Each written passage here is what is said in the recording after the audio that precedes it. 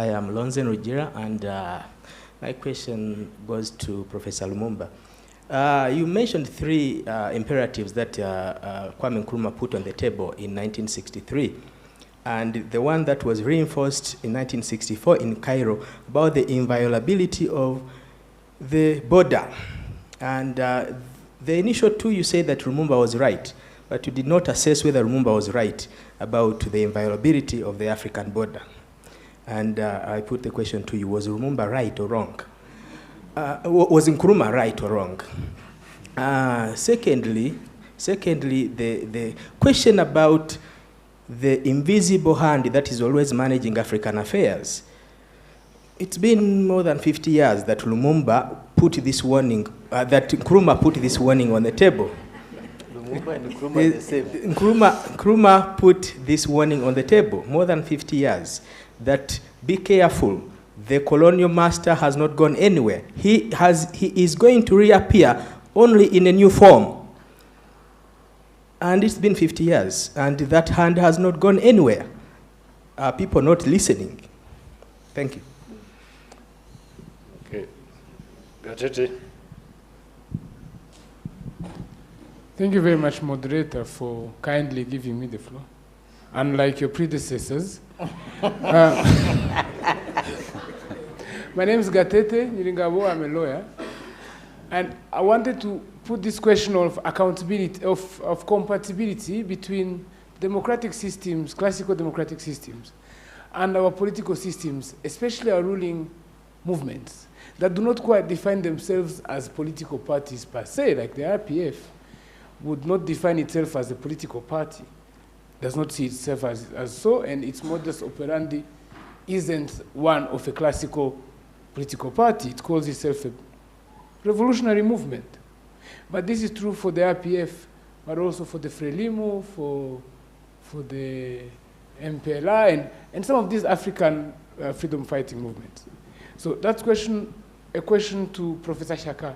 And a question to Professor Lumumba is the concept of democracy versus the concept of Ubuntu, which is an African bioethic, which defines that what I think of is relevant only if considered against what my kin, my community, my society thinks of.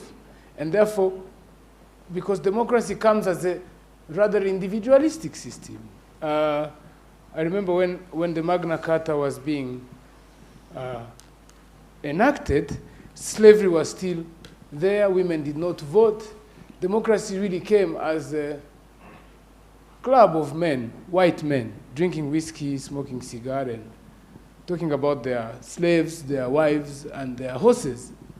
But today, women can also vote. Black people can also have a say. Democracy becomes unpopular because the majority societies where we know that define themselves as societies of democracy, usually only roughly 10 to 20% of the population partake. The majority only exercise the democratic right to resist the democratic system that is in place. So I'd like to put these questions to you. Thank you. Thank you, sir. Major Robert Kajuka from Rwanda Defense Force, a student. My question goes to Professor Lumumba. Sir, for decades we have witnessed different trends in Africa political systems. There is a time when violent coup d'etats were used to change the governments. Then later we saw revolution wars being used to overthrow government and resolve conflicts. Of recent, there is a new trend where military have used what I can call silent coup d'etats to overthrow governments. Example would be Zimbabwe, Algeria, and of recent, Sudan. My question is, what has triggered this new trend? And what is its impact to Africa's pursuit of sustainable peace, stability, and development? And is there any possibility of involvement of non-state actors in this new trend? Thank you, sir. Thank you. Let me start by warning myself that when I talk about Africa, I'm not blind to the fact that there are 55 African countries. And sometimes it is very easy to assume that I'm talking about a homogeneous thing. It is not. I'm alive to the reality that what I'm saying about Rwanda is not necessarily what I would be saying about Senegal. But there are certain things that I think are unique to the African nations, and I'm talking about African nations in the narrow sense.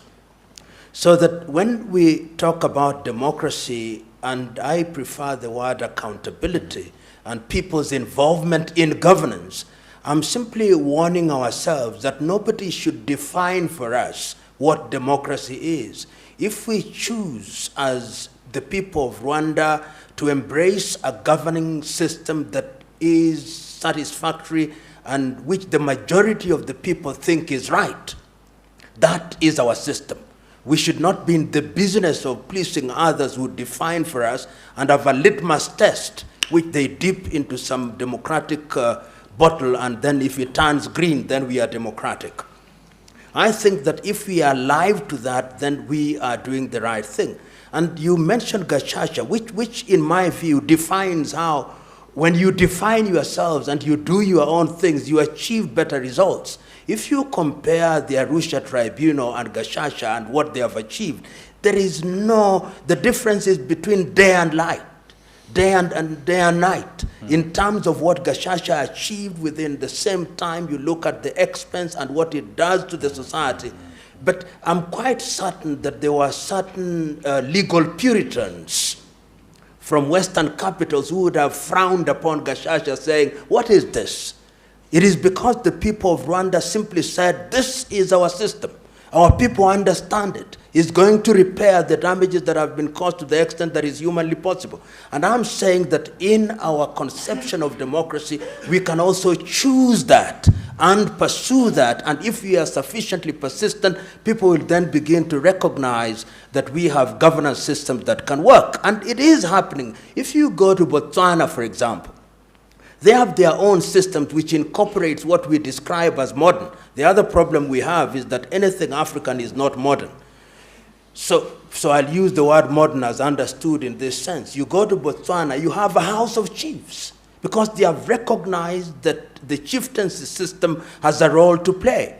You go to Malawi or you go to Zambia, they recognize traditional rulers. You go to Nigeria, the same. You go to many parts of West Africa, they recognize that these systems, they are not perfect. Nobody is saying they are perfect, but they have a role to play. And I'm saying that going forward, we should not ignore them.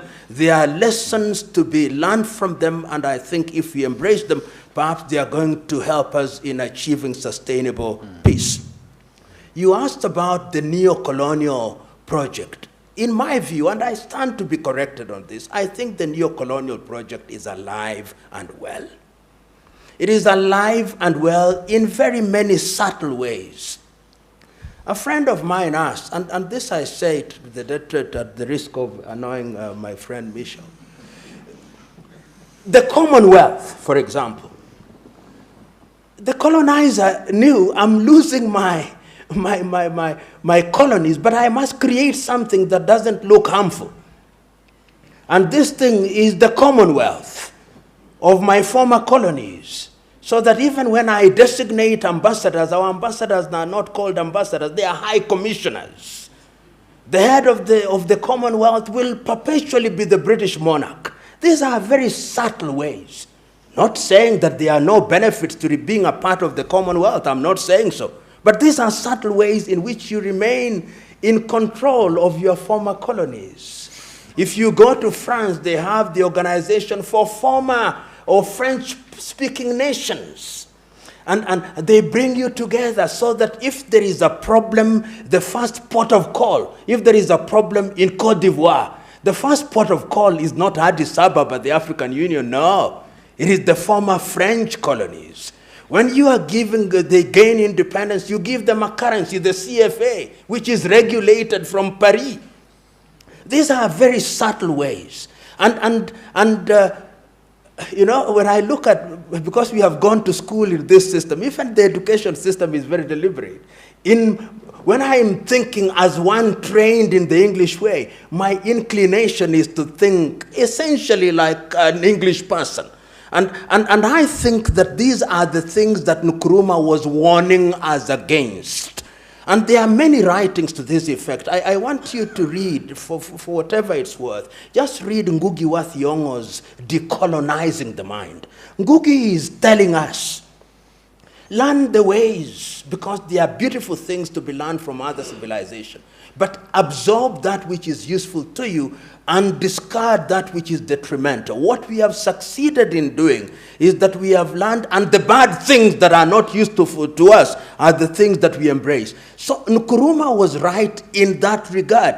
And you can see it in many of our countries. You go to any of our countries, go to Angola. When there is investment, what we call foreign direct investment, 95% it will be from Portugal. You go to Equatorial Guinea, is the same. You go to Cote d'Ivoire, it is the same. We may deny it, but it's the truth. Can I? And then the question of the boundaries. The boundaries, Nkrumah warned us, and I think that Nkrumah and those who are there were simply saying, all these things that we have created called countries are artificial. And somebody, I think, put it very well. I don't know whether it was Uganda's President Yoweri Museveni, and he was just being melodramatic, but he made the point. He said that when they created Uganda, with the Kenya-Uganda border, if you had a wife, you slept, you are on both sides in a place, and the following day you woke up with your wife in Uganda and your husband in Kenya. And you have communities divided in that way. And if you are to start to redraw these boundaries, then there would be conflict. So he said, let us retain them. But we have seen that in the recent past, for some reason, we have created other countries. Out of Sudan, we now have South Sudan. And you could also see the very deliberate act of the colonizer, that almost on the eve of independence, the countries were put together.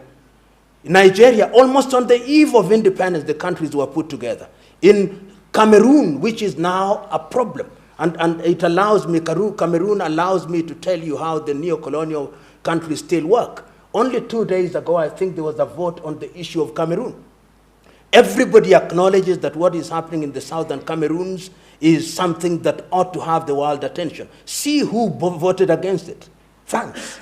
With the rest of the other countries. All the other permanent members and others voted in favor of the right thing. But France chose a position that is in support of the current administration for good reason. And see how southern Cameroon is defined, to tell you how the neo-colonial project works. Francophone and Anglophone. If you go to the so-called Anglophone, I suspect that 95% of the population cannot speak English, but they are defined as Anglophone. You go to the Francophone, 95% of they cannot say anything beyond we and no, but they are defined as Francophone. In other words, even the manner see even right now, which continent is defined in linguistic terms? It is Africa. Anglophone, Lusophone, Francophone. And I'm submitting, therefore, that the whole idea of boundaries was, let us do the best. And that is why Kwame was saying, let us unite, because when we unite, then we dissolve the boundaries. The boundaries simply become administrative, and they don't become things that would lead us to war. And I look forward to the day that that will be achieved, so that we have these porous boundaries where I fly to Rwanda 1 hour and 30 minutes, I have a different currency. I go to Uganda 25 minutes, I have a different currency. I go to Sudan, I have all other currency. And that is why 55 of us, the 1.5 billion of us, all our currencies are not defined. If they are not hard, then they must be soft. All our currencies are soft currencies. Systems and changes. You've talked about the changes that we have seen in the last few years. It is now in the public domain that the first coup d'etats that were mounted in Africa were at the behest of the erstwhile colonizers. We know Lude de Vet, he's not a Congolese, has written that Patrice Emery Lumumba was murdered at the behest of the Belgians. We know that Kwame Nkrumah was overthrown at the behest of the Americans and the British. We know that Sylvanus Olympia was eliminated at the behest of the French. We know. Because we know that Modibo Keita of Mali was eliminated at the behest of France. Much more recently, we know that Thomas Sankara was eliminated at the behest of the French. We know all these. And it is because if anybody emerges who is articulating a vision which is in danger of compromising the pernicious role of these erstwhile colonizers, then he has to be neutralized. These are contentious views, but they are views that are there nevertheless. And then, of course, we know that there were proxy wars that were being fought. Everybody knew, for example, that Mobutu Sese Seko was running something that was improper. But it was in the interest of certain powers, which are not African, that Mobutu remains. We know that Jean Bedel Bokassa was running something that was not proper, but it was in the interest of certain powers that he remains. And we are therefore saying that it took the people themselves, and this brings me to the final limb of this question. It took the people themselves to begin to liberate themselves from such method. It took Meles Zenawi in Ethiopia to overthrow the system. It took Paul Kagame and RPF to solve the problem in Rwanda. It took Yoweri Museveni to solve the problem. It took Robert Mugabe to solve the problem. It took Samora Machel. It took Agostino Neto. Because the people are now saying, nobody is going to solve our problems. We've got to solve our problem. The tragedy is the leaders of the revolution ended up being the abusers of the revolution. And that is where we now find ourselves when the people are now coming up. The Arab Spring is a product, in my assessment, and I may be mistaken, of the people saying, you have betrayed us. And if you see what is happening in Khartoum, they are saying, no, this time round we are not going to do what they did in Egypt, leaving the street too early. We want to leave the streets only when we are guaranteed that we, the civilians, will be in control, because you, the men and women in uniform, have cheated us once before. And therefore, they are saying the people are the guarantors of power, that power springs from the people, not from the barrel of the gun, a la Mao. And therefore, you can see, therefore, in the recent past, even when the armed forces are taking over power in what I call velvet coup d'etats, as we saw in Mugabe's Zimbabwe, they don't want to call it a coup. It has all the ingredients of a coup, but nobody calls it a coup. Nobody calls it a coup, but you know it is a coup because you want to have the people behind you. I think that is a good thing.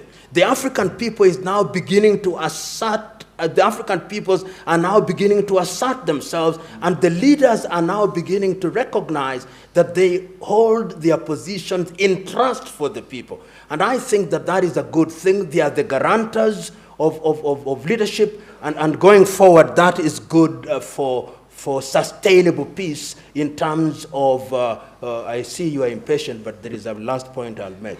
Yes. The last point I'm going to make is the thing called democracy. If you look at successive elections in Africa, turnouts are becoming lower and lower. The most recent election in South Africa, you've seen the turnout has gone down. And I look at the young people saying, why did you not vote? You say, there is nothing to vote for. In other words, something must happen. When you find young people are saying there is nothing to vote for, we must be very worried, because the mandate you are getting through that process is a questionable mandate. And this is what leads me to my last point. We must have a system where the critical majority of the people are involved in the process. And this is not from me. Kenya's Ali Mazrui did a documentary in 1980s, which I commend to all of us who love Africa. Africa, the triple heritage. And the line that I think is the pièce de résistance is this. He said, Africa produces what it does not consume and consumes what it does not produce. And I'm suggesting to us that even in matters democracy, We must begin to consume what we generate from within our ranks for the sake of sustainable peace. I know what I've said may not enjoy unanimity, but I think it should annoy people in a constructive way to begin thinking in some useful direction. Thank you. Can I just make one point? I'd like to urge the Professor to remove the Commonwealth from his neo-colonialist architecture. And let me explain why. He is entirely right that when the Commonwealth was set up, it was to mask Britain's decline as an imperial power. And remember, it was a British Prime Minister who came to South Africa to talk about the winds of change blowing across Africa. A very important speech by Harold Macmillan. So it was designed, and the titles, as you rightly say, are different from Ambassador, to mask that. But it isn't anymore. And the next year, the big Commonwealth Heads of Government meeting will take place in Kigali. At the moment, the team that the President has set up is working with the Commonwealth Secretariat in London, which is independent of the British government, to decide what will be discussed and how the conference will be run. And the Commonwealth has become a genuine family of nations in which Britain is not the leader. And although, as you rightly say, Prince Charles, who is the heir apparent in Britain, has been elected as head of the Commonwealth by Commonwealth leaders, it was by no means certain that he would be. And it was last year that the Commonwealth leaders got together when he was not in the room, Britain was not in the room, and decided that they would like him to be their head. So I would just urge you to Rwanda has decided that they want to join the Commonwealth for very good reasons, and it is a great club of people who share a common set of values. Consider that. After Kigali, I'll consider. But he's absolutely right about the French. The French, the Francophonie is about the French having their hands on what is happening in Africa, and indeed some of their former colonies have representation in the French Assemblée Nationale. And we've lived next door to the French for many thousands of years, so we know the French very well. And you know the French too, but it's a very different setup in the Francophonie to the setup in the Commonwealth. Thank you very much, Honorable Mitchell. Thank you, sir. Major Gabarin, Nigerian Army student. So my question is to Professor Lumumba. Sir, in your presentation, you made mention of how Africans were able to come out of our diversity strong against all odds. So, sir, in line with the vision of our past leaders like Kwame Nkrumah about achieving a united Africa. So, what do you think is the reason that is hampering the unity of Africans to achieve one united, strong, and indivisible Africa? What do you think is the reason that is hampering us? Thank you, sir. Very quickly, number one, the question of the chiefs, traditional systems. It is true that traditional systems are inherently, some of them are inherently very dictatorial and do not allow participation. But what is important is to recognize that progressively the African peoples are becoming very assertive. And I can say without fear of contradiction that the safety of what we define as democracy demands that the people are eternally vigilant. And if people are vigilant, then those who are in positions of authority will know that if they don't make the right moves, then the people will rise, they'll remain in the streets, and they will not leave the streets until they themselves leave. And I think that is beginning to happen in a number of African countries. As to models, these are very young countries. After many African countries, after we regained our independence, we are very young. But one can begin to see, and I agree with the Honorable Minister here, he says that the people of Rwanda are beginning to lay a foundation for a model, which is uniquely Rwandan. And I believe that that is something that we can begin to celebrate. Ethiopia, despite her problems, is also beginning to lay a foundation. Tanzania, one can cite. So from Africa, one is beginning to see that models are coming out. They are going to go through their trials and tribulations, but is it not through those trials and tribulations that they grow stronger? Second and lastly, on the question of African unity. I believe that achieving African unity is now much more difficult than it was 50 years ago, but it's going to happen. Not in your lifetime, not in mine, perhaps in 100 years. And I can begin to see the building blocks. When people meet in Kigali and they talk about the African continent free trade area, one is beginning to recognize that when you begin to trade, and Rwanda, DRC becomes much more important via trade to Rwanda and Burundi and Central African Republic, in 50 years' time, then those boundaries are going to be dissolved and they are going to become irrelevant except for purpose of administration. And one can see the question of the free skies. One is beginning to talk about an African currency. We are beginning to talk about an African passport. This is not for the faint-hearted. It's not for those who want instant coffee solutions. It is for those who look to the future and to the next generation rather than tomorrow. 100 years' time is my projection about African unity in the manner that we desired. Thank you.